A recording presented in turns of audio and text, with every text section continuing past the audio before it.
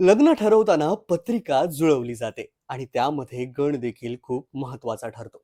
ज्योतिषशास्त्रानुसार प्रत्येक व्यक्ती या तीन गणांपैकी एकामध्ये मोडते: देवगण, मनुष्यगण किंवा राक्षसगण.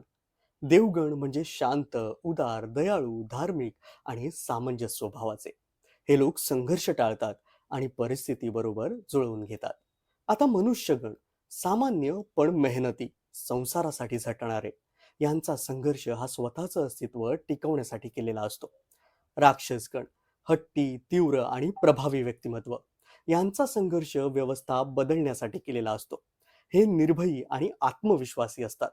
महत्वाचं म्हणजे इथे देव म्हणजे देवता नाही आणि राक्षस म्हणजे वाईट नाही. हे फक्त स्वभावाचे प्रकार आहेत.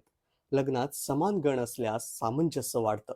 तर देवगण, राक्षसगण यामध्ये थोडेसे मतभेद अधिक असू शकतात. म्हणून पत्रिका मिलनात गण अत्यंत महत्वाचा मानला जातो.